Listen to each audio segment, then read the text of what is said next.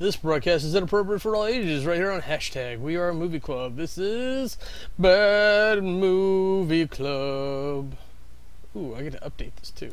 Sorry, I was trying to think of new designs to do on some of the things in Bad Movie Club. Is right there. It's calling to me. It's especially because if you look at the sigil for how it goes up on the thumbnails, I don't know if I can just do that or not. It doesn't matter.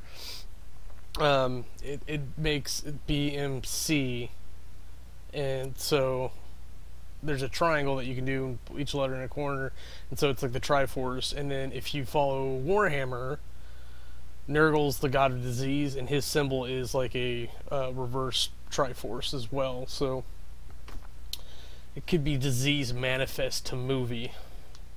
I like the sound of that. So, salutations! I am Camerai. Welcome to Bad Movie Club. It is so weird to get energy up for this, because you've got to get high energy to be low energy about something that somebody had way too much energy for, because in all explanation of it, it's probably a bad movie. Now, I'm going to say probably, because let's be honest, back in the 90s when like Hulk Hogan was a big thing, having him be in a movie is like Dwayne being in the movies now. That's really what it was. Now, granted, they didn't have the technology that we had then, and the movies are a little dated, but they still had bad movies back then. I think is my real subterfuge there. I did do a little mini review for this over on the Tumblr, so I'm looking at that and my show notes. Honestly, though, especially for bad movie nights, this is a hit.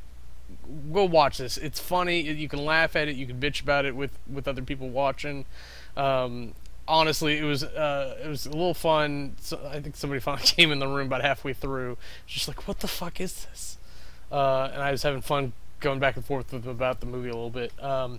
And honestly, was totally unaware until I saw her on screen that Mila Kunis is in this. And I remember that she came here speaking no English at a very young age. So to see that she was even younger than she was in this movie when she first came to America is amazing. Or when she first learned English. Oh man, my shoulder. Okay, so just real quick, I feel like I have to balance out this hit, like being that it is one to see. It looks bad, it looks dated, it has Hulk Hogan all over it. Did a 60 for aesthetics, this next to no storyline, acceptable storyline, 60 again. Character development was a 70 because they actually did some powerful character development with a couple characters. And then Compulsion, because it actually is a fun movie, 75. It's just not fantastic. So that averages out to like 6.25. If you care about numbers and that's all you want, have a nice day. I'm not going to stress on that at all. I forgot to load Restreams chat. It'll happen. So I don't know. You can see me. I'm laughing. I'm smiling about this movie. It is ridiculous. I mean, because I think their entire concept was just like, what if we put Hulk Hogan in a Santa Claus outfit? And then they brought someone from wardrobe over to talk about it, and they brought out like, they put down some cards or notes or something that they had, and then started hand drawing Santa stuff, and they were like, what's that other stuff? Let's do that too. And so that's where you got like the Santa Claus with the sleeveless and everything. Because Miles Kunis was like, Santa, you're not sexy enough. Here you go. Let's rock some sleeveless and a V-neck. That's as close as I get to a little girl voice. If you must know. Oh man, so this movie was interesting because it starts out very like actiony, and he'd done a couple action movies previous to this, like Suburban Commando, I think Mr. Nanny. I say action movie there, but so like he's got all these guys trying to beat him up, but they're like dressed funny, like he's trying to infiltrate somebody's mansion and the staff are beating him up. But it turns out it's his staff because he's that kind of egomaniac that's like has his staff attack him on a regular basis to help keep his guard up. But they're normal people. They're not like threats to him. So I don't know. But like the gardener had a weed whacker to his neck, so I guess it actually works out because I think he said like he was timing out. It was like 4.5 minutes or something for all of them to pin him down. So that's cool and all, but he's like a big fancy celebrity, like living in LA. So he's the jackass that everyone thought Hogan might have been, and he's really like amping up that caricature too. Like he's got his face on like protein shake bottles and stuff. He's like, make the picture bigger, brother, and make it darker. I get closer to Hulk Hogan than I can a little girl. Horrible audio bite.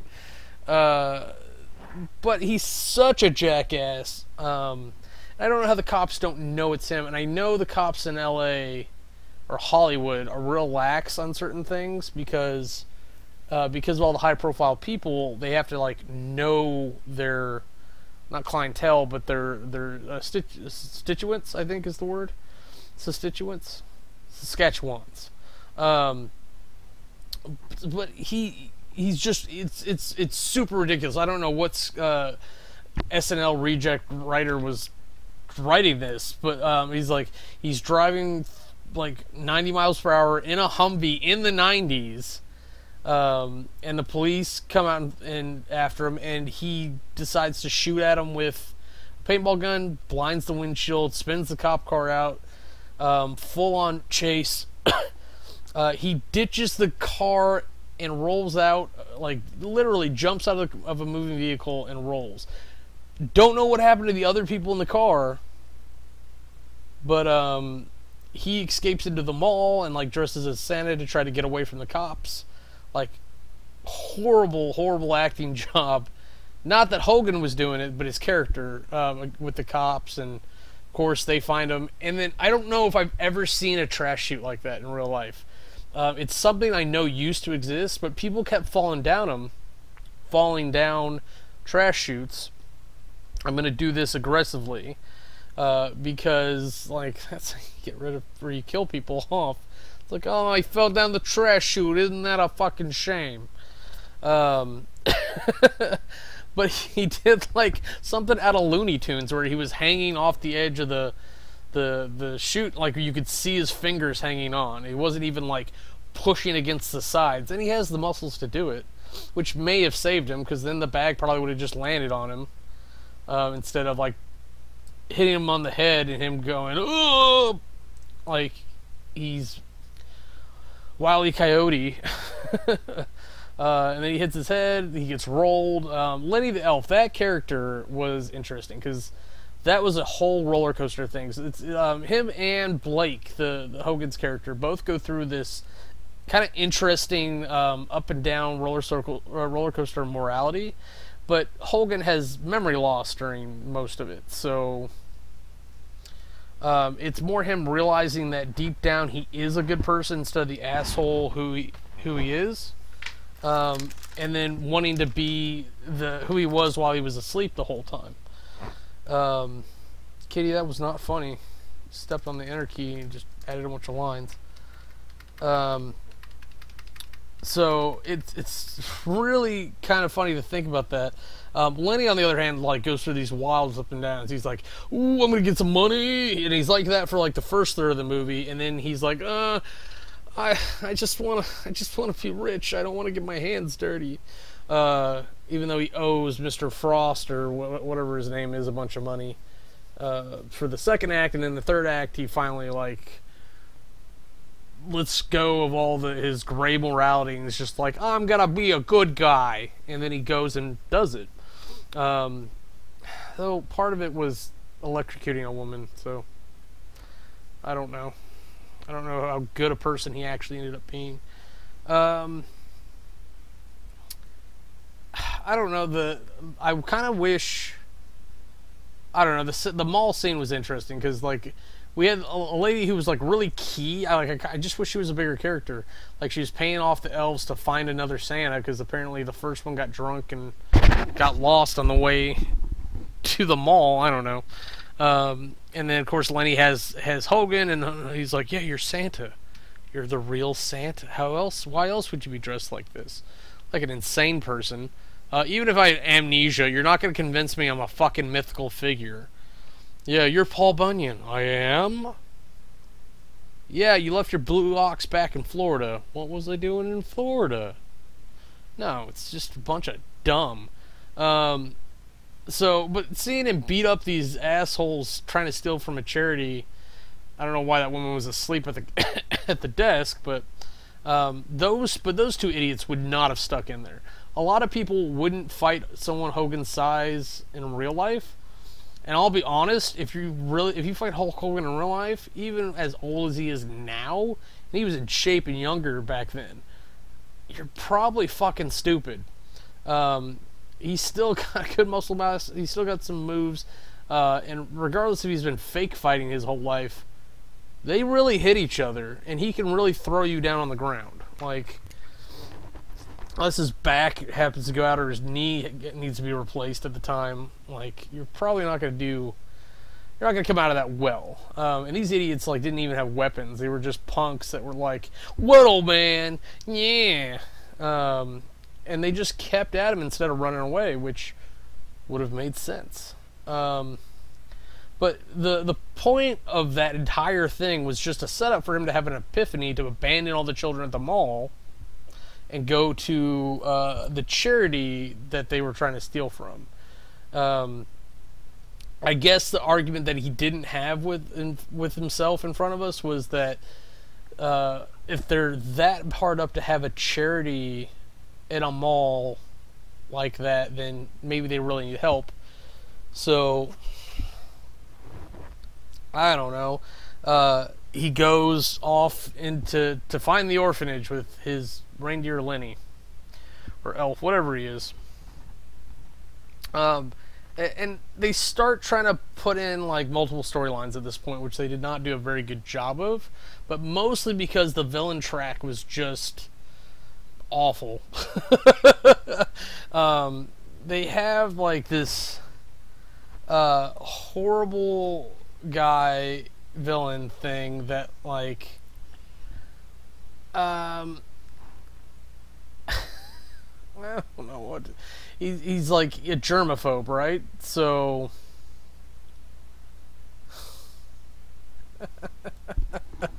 I don't know. It's really, the term I kept using was Saturday morning cartoon rejects. So he's got that, and then his number 2 guy is his physician, who actually has some good like kicks and stuff that he uses throughout the thing. He actually has some like basic fighting ability. But then there's like the other 3 scientists that are his lackeys. It's like a geologist guy, someone who's into stink gas, and someone who could have legitimately been cool. This chick that has like electric gloves. She was essentially Shocker, except she didn't like shoot electricity or anything. It was just like zap. But she got Hogan in. Like she got the upper hand on him. Of course, oh, I don't want to hit a lady, brother. But Lenny was morally gray enough to do it. Or he jumped water on her and shocked her. But I don't know. I want to see that be a fair thing. And it'd be great if like the Olympics was just by athletic ability instead of gender. But anyways.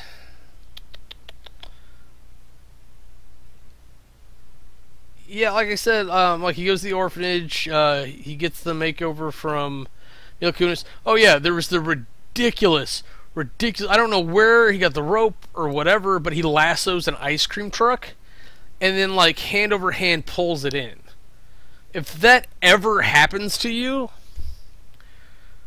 like, just pray that the walking God is not gonna just destroy you on the spot. Like, just kind of pray for that.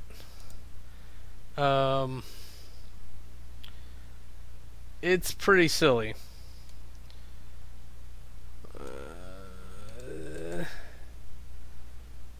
What? Why does it have that Oh my god. I don't know what to do. I'll just end it. Sorry, you now is a weird beast. I don't want to allow my camera. I've got OBS going, you idiot. And you won't let me set up my tags right, so eat me. Eat me! Yeah, I like telling off YouTube. Or you now, sorry. YouTube's okay. Sometimes. What was I thought it was really cool too is like the kids are adorable and fun, like too. It's like watching an old Disney movie, almost. 'Cause they used to ham it up a lot on the Disney Channel, and they don't quite do that here, except for the one girl maybe, the little blonde, maybe, and that was more her just being sweet, dumb, and innocent, I guess. But like the boy goes after Mr. Frost with the slingshot. And like in my head there's a really cool scene where he goes to let it go and then Hogan catches the projectile, but I don't think that's what happens. I think he just grabs him and pulls him back and be like, no brother, you can't do it, brother, we gotta be better than them, brother. He doesn't say brother that much in this movie. It's just funny to me. But of course they have to get the orphanage for Mr.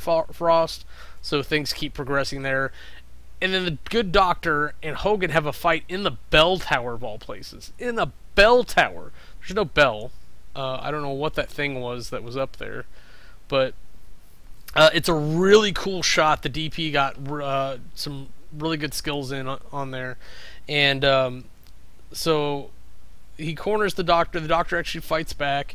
Hogan gets the best of him. And then an animatronic Santa touches his butt, and I guess Hogan's just so scared of having his butt touched that he goes along with it and leaps off the bell tower, because there's no fucking way that you can convince me that Santa pushed him off, because I may be a little fuzzy, maybe it's the candy cane he picked up, but I thought the doctor picked the Santa Claus up and put him back down. So the Santa would have been even if it turned that far, because the doctor put it down, he would have pushed against Hogan and then moved himself. Unless the doctor's just really strong. And he picked up something that was twice as heavy as Hogan. But then he lands in a garbage truck. And the trajectory from that bell tower to the road, this is something we need to call in Matt Pat, have him research that. Because the Santa would have had to thrown him at 30 miles per hour just for him to reach the road, I think, in time. Because it was something 5 stories up, so he would have had to fall at one. Let's see, if it was 2 stories away. Can we do this? Can we do 5 and 2? So he's got to fall out the bell tower and travel 2 stories east. I can't do this math like this. This is embarrassing. But that means that he'd have to be falling at least, let's say 2.5 to the truck then. Twice as fast going sideways as it was up and down. And I'm not going to bother doing the acceleration for gravity and all that. But it is what it is. It's a silly movie. You got to check out of that. If you manage to do that and you don't get caught up in it like I did, you might actually enjoy the movie, legitimately. But there's so many goofy things, just what? It's surprising it actually reminded me of Deadpool.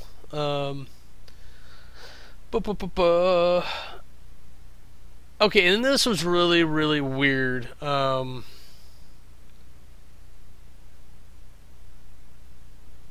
Wait, hold on.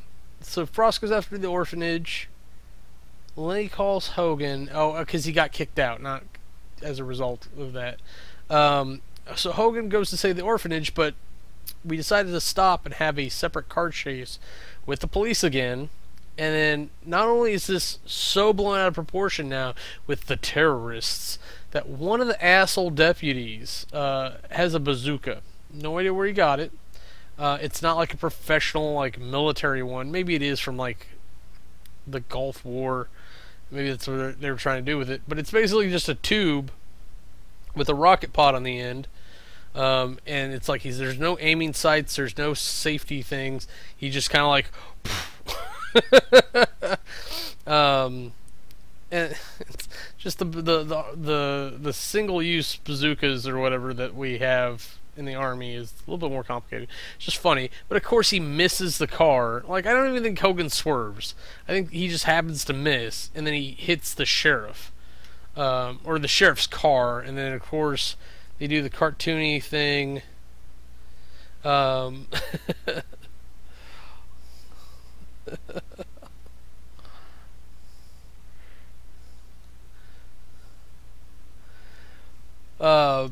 The cartoony thing where, like, his hair is a little messed up and he's all blackened from soot or whatever. Oh, it's full of stupid moments like that. But oh my god, it's just, we keep derailing this. The movie keeps derailing itself. But so Hogan finally gets to the place. He takes his staff in. They go in to do stuff. They're fighting the bad guys. They get the kids. The kids help out on a fight or two. And then, like, the whole big thing is, the MacGuffin of this is these power crystals or whatever that happen to be in a vault that someone else put there, which means that someone else knows about this. So dumb. And then that's why Hogan or Blake and Frost both knew the code, because they both been there. I get that that's important things, but it's delivered in such a weird way, because the old guy, like, I know we have to escape, but I want you to sit down. I'm going to tell you a story. Hey, Streaming Tub, what's up? So we're talking about Santa Claus with muscles. This is for Bad Movie Club, brother. So the ridiculousness of it is that that, like, they end up having, like, a lightsaber fight. Granted, this was in, like, the 90s, mind you, like, with these crystal things that have already been proven to be explosive, and it is ridiculous what's happening seeing that. But apparently, like, they Deus Ex Machina it by having the cavern charge up somehow. And oh my god, it's seriously so bad.